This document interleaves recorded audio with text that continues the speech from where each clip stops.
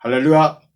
이 시간에는 갈라디아서 6장 예수의 흔적이라는 주제를 가지고 함께 은혜를 나누도록 하겠습니다. 먼저 갈라디아서 6장을 보면은 5장에서 성령의 열매가 나타나는 사람들이 살아야 할 그 신령한 삶에 대한 권면을 하고 있는 그러한 내용입니다. 1절을 보면은 이는 믿음의 생활을 잘하다가 간혹 죄에 빠진 자들에 대한 그러한 권면입니다. 그래서 이들에게 어떻게 대해야 할지를 가르치는 그 내용인데, 온유한 심령으로 그러한 자를 바로잡고 너 자신을 살펴보아 너도 시험을 받을까 두려워하라. 이는 잘못된 것을 바로잡아주고 자신도 혹시 미혹되지 않았는지 살펴볼 것을 권면하고 있는 그러한 내용입니다. 그래서 유다서 1장 23절을 보면은 또 어떤 자들을 불에서 끌어내어 구원하라. 또 어떤 자를 그 육체로 더럽힌 옷까지도 미워하되 두려움으로 긍휼히 여기라. 이렇게 전하고 있습니다. 자신도 빠지지 않도록 주의를 해야 되지만 다른 사람도 그 악에서 구원할 수 있으면 구원을 하고 그 죄에 대해서는 미워하되 긍휼히 여기라는 것입니다. 2절을 보면은 너희가 서로 짐을 지라. 이는 서로 도와 그리스도의 가르침을 이루어 나갈 것을 전하는 것으로서 합력하여 선을 이루라는 그러한 의미입니다. 그래서 로마서 8장 28절을 보면은 우리가 알거니와 하나님을 사랑하는 자 곧 그의 뜻대로 부르심을 입은 자들에게는 모든 것이 합력하여 선을 이루느니라 이렇게 전하고 있습니다. 3절을 보면은 만일 누가 아무것도 되지 못하고 된 줄로 생각하면 스스로 속임이라. 이는 2절에서 이웃의 무거운 짐들을 함께 나누어 지지도 못하면서 의식적인 율법의 구조 속에 빠져 스스로 율법의 요구를 잘 지킨다고 착각하는 자들에게 하는 말입니다. 그들의 문제점은 영적으로 교만한 상태에 빠져 하나님의 절대적인 판단 기준을 무시하고 율법을 자신을 세우는 그러한 도구로 이용했기 때문에 그러한 것입니다. 그리고 4절을 보면은 각각 자기의 일을 살피라. 이는 유대 율법주의자들처럼 눈속임을 하는 자들 같지 않게 스스로를 돌아볼 것을 권하는 것입니다. 그리하면 자랑할 것이 자기에게는 있어도 남에게는 있지 아니하리니, 이는 스스로 속이는 자들은 자신의 자랑거리를 미혹되어 죄에 빠진 자의 실수와 비교하는 것을 의미하는 것입니다. 그래서 남들보다 잘했다고 판단하는 상대성 원칙으로 평가하지만 사실상 믿음은 남과의 비교가 아니라 하나님 앞에 스스로 얼마나 바로 섰는가, 이러한 절대적인 평가를 받게 되는 것입니다. 이처럼 하나님께 절대적인 평가를 받는 것이 믿음의 올바른 평가라는 것입니다. 그래서 육신의 행위로는 하나도 자랑할 것이 없음을 전하고 있는데, 로마서 3장 27절 28절 내용을 보면은 그런즉 자랑할 때가 어딨냐, 있을 수가 없느니라. 무슨 법으로냐, 행위로냐, 아니라 오직 믿음의 법으로니라. 그러므로 사람이 의롭다 하심을 얻은 것은 율법의 행위에 있지 않고 믿음으로 되는 줄을 우리가 인정하노라. 그리고 시편 14편 2절 3절 내용을 보면은 하나님께서 하늘에서 인생을 굽어 살피사 지각이 있어 하나님을 찾는 자가 있는가 보려 하신즉 다 치우쳐 함께 더러운 자가 되고 선을 행하는 자가 없으니 하나도 없도다. 이처럼 하나님께서 보실 때는 행위로는 의로운 자가 아무도 없었던 것입니다. 그래서 자랑을 하려면 하나님께서는 이러한 것을 두고 자랑하라고 예레미야 9장 23절 24절에 전하고 있습니다. 여호와께서 이와 같이 말씀하시되 지혜로운 자는 그의 지혜를 자랑하지 말라. 용사는 그의 용맹을 자랑하지 말라. 부자는 그의 부함을 자랑하지 말라. 자랑하는 자는 이것으로 자랑할지니 곧 명철하여 나를 아는 것과 나 여호와는 사랑과 정의와 공의를 땅에 행하는 자인 줄 깨닫는 것이라. 나는 이 일을 기뻐하노라. 여호와의 말씀이니라. 아멘. 이처럼 하나님께서는 우리의 인생의 행위로는 아무도 의롭다 할 자가 없는데 오직 하나님을 믿음으로써 그 믿음 안에서 하나님을 자랑할 것을 전하고 계신 것입니다. 5절 내용을 보면은 각각 자기의 짐을 질 것이라. 이는 그리스도인들이 스스로 져야 할 의무요 책임으로서 하나님께서 성도 각자에게 맡기신 사명을 가리키는 그러한 내용입니다. 그래서 마태복음 16장 24절에 보면은 이에 예수께서 제자들에게 이르시되 누구든지 나를 따라오려거든 자기를 부인하고 자기 십자가를 지고 나를 따를 것이니라. 아멘. 이처럼 자기 짐을 진다는 것은 예수님이 말씀하신 이대로 자기 십자가를 지고 따라가는 것입니다. 그리고 6절을 보면은 가르침을 받는 자는 말씀을 가르치는 자와 좋은 것을 함께하라. 이는 하나님 말씀을 가르치는 자들로서 교사로 번역되었습니다. 한편 가르치는 자들은 교회 초기 직분자들로서 바울 사도를 포함한 사도들과 바나바 사도와 디도, 디모데, 아볼로 등 목회 사역자들과 교회가 임명한 장로들도 포함하고 있는 것입니다. 디모데전서 3장 2절 내용을 보면은 그러므로 감독은 책망할 것이 없으며 한 아내의 남편이 되며 절제하며 신중하며 단정하며 나그네를 대접하며 가르치기를 잘하며, 그리고 디모데후서 2장 24절에 보면은 주의 종은 마땅히 다투지 아니하고 모든 사람에 대하여 온유하며 가르치기를 잘하며 참으며 이렇게 나와 있습니다. 이 내용처럼 바로 장로 직분을 가진 자, 주의 종들, 또 사도들, 이러한 자들이 초대교회 때 가르치는 자들로서 가르침을 받는 자들은 이들과 함께 좋은 것을 함께 하라고 바울 사도는 전하고 있습니다. 그리고 7절을 보면은 스스로 속이지 말라. 하나님은 업신여김을 받지 아니하시나니 사람이 무엇으로 심든지 그대로 거두리라.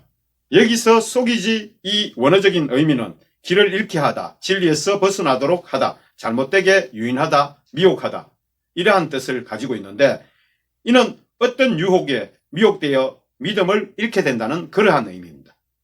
그리고 하나님은 업신여김을 받지 아니하시나니 에서 업신여김이라는 이 의미는 바보 취급당하는 그것을 의미하고 있습니다. 그러나 인간들은 이렇게 하나님을 기만하려고 하지만은 우리의 모든 생각과 행위를 꿰뚫어 보시는 하나님께서는 이 모든 것을 아시고 심판하시는 그러한 분이십니다. 여기서 바울 사도는 율법을 지킨다고 자부하며 할례를 행하는 자들이 오히려 진정한 율법 정신인 사랑과 선행을 무시하는 그것을 염두에 두고 하는 말로서 이는 하나님을 기만하는 행위라고 전하고 있는 것입니다. 그래서 에스겔서 11장 5절 내용을 보면은 여호와의 영이 내게 임하여 이르시되 너는 말하기를 여호와의 말씀에 이스라엘 족속이 너희가 이렇게 말하였도다. 너희 마음에서 일어나는 것을 내가 다 아노라. 이처럼 하나님께서는 우리의 그 모든 것을 다 보고 계시고 다 감찰하고 계시기 때문에 그 행위라든가 생각까지도 아시기 때문에 이 말씀을 하신 것입니다. 그리고 시편 139편 1절에서 4절 내용을 보면은 여호와여 주께서 나를 살펴보셨은즉 나를 아시나이다.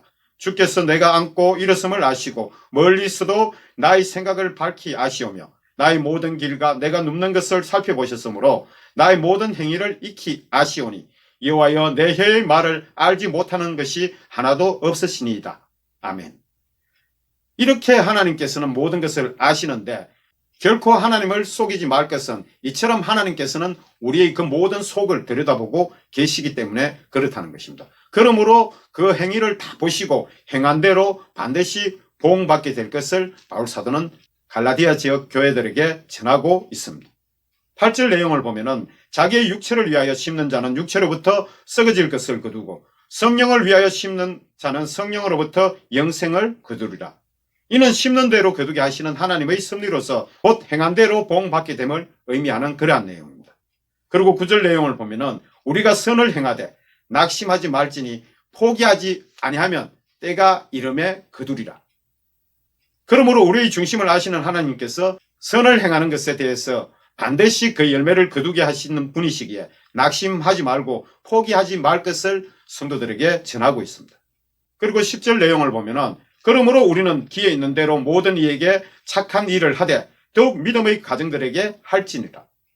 바울 사도가 이처럼 믿는 자들에게 특별히 잘해주라고 권면하는 것은 갈라디아 지역 교인들 속에는 예수 그리스도를 믿지 않는 거짓 교사들과 유대율법주의자들을 염두에 두고 하는 말임을 알 수가 있습니다. 한편 가정들이라는 이 원어를 사용한 배경은 성도들을 하나의 가족이라고 바울 사도는 판단하였기 때문에 그러한데 곧 성도들을 이웃보다 더 가까운 형제, 아델포스로 보았기 때문입니다. 그리고 거듭남의 중요성에 대해서 바울 사도는 11절부터 권면하고 있습니다. 내 손으로 너희에게 이렇게 큰 글자로 쓴 것을 보라. 이는 바울 사도가 직접 쓴 편지인 것을 증명하는 그러한 것입니다. 그러나 그는 이 시기에 고린도전서는 친필로 썼고 같은 해 이후에 갱그레아에서 쓴 로마서는 드디어에게 대필하였습니다.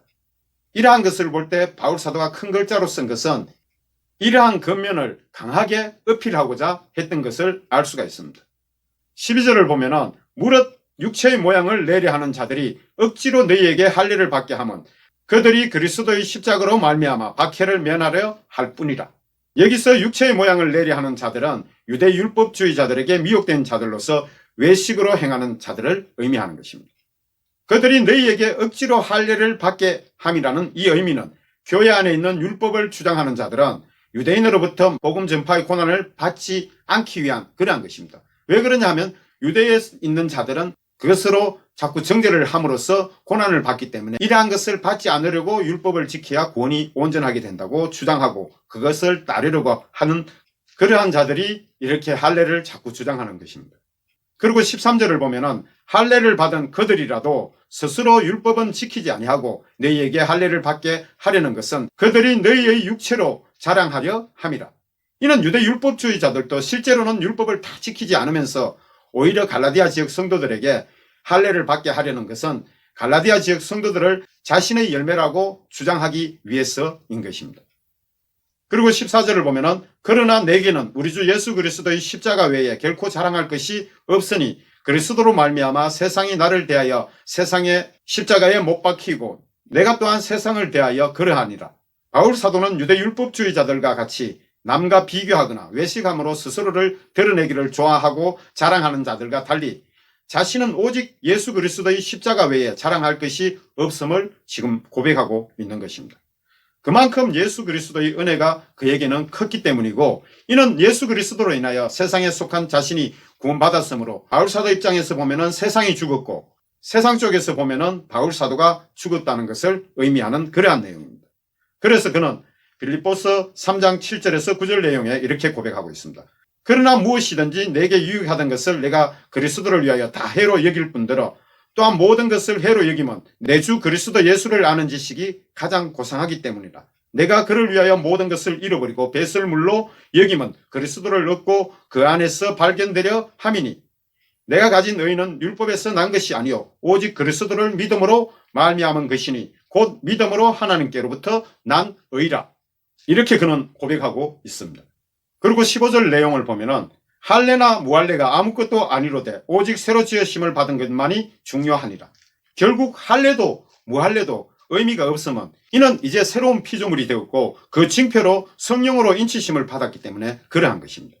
이는 신약에 와서는 성령으로 인하여 하나님 자녀인 것을 증거해 주셨기 때문인데 로마서 8장 9절 내용을 보면은 만일 너희 속에 하나님의 영이 거하시면 너희가 육신에 있지 아니하고 영에 있나니 누구든지 그리스도의 영이 없으면 그리스도의 사람이 아니니라. 아멘. 그리고 16절부터 18절까지는 갈라디아서 결론을 바울 사도가 짓고 있습니다.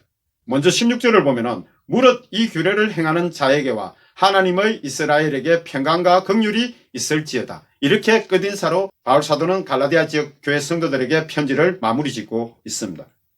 여기에서 하나님의 이스라엘은 바로 14절 내용과 15절 내용처럼 이렇게 행하는 자들에게 평강과 긍휼이 있을 것을 축복하면서 마무리를 짓고 있는데 이들은 신약에서 하나님의 구원의 약속이 예수 그리스도로 말미암아 베풀어진 자들을 가리키는 것입니다. 그래서 믿음대로 행하는 갈라디아 교회 성도들에게 이 인사를 하고 있는 것입니다. 그리고 17절 내용을 보면은 이후로는 누구든지 나를 괴롭게 하지 말라. 내가 내 몸에 예수의 흔적을 지니고 있노라. 갈라디아 교인들이 유대 율법주의자들에 의해 미혹되는 것을 바울 사도가 지켜봐야 하는 그런 안타까움을 전하고 있는 메시지입니다. 따라서 괴롭게 말라는 이 구절은 더 이상 갈라디아 교회 속에서 이단자에 의해 미혹되는 자들이 없기를 바라는 당부의 의미인 것입니다. 그리고 바울 사도가 말한 예수의 흔적이라는 것은 사도행전 13장 14장에 나타나 있는 그러한 내용으로서 1차 선교 여정 때 구버로 섬의 바보와 밤빌리아 버가를 지나 속히 갈라디아 지방으로 올라간 그가 그 후 갈라디아 지방의 비시디아 안디옥을 거쳐 이고니온을 거치고 루스드라에 가서 복음을 전할 때 안디옥과 이고니온에서 원정온 유대인들에 의해 돌에 맞아서 죽은 것 같이 되었던 것입니다.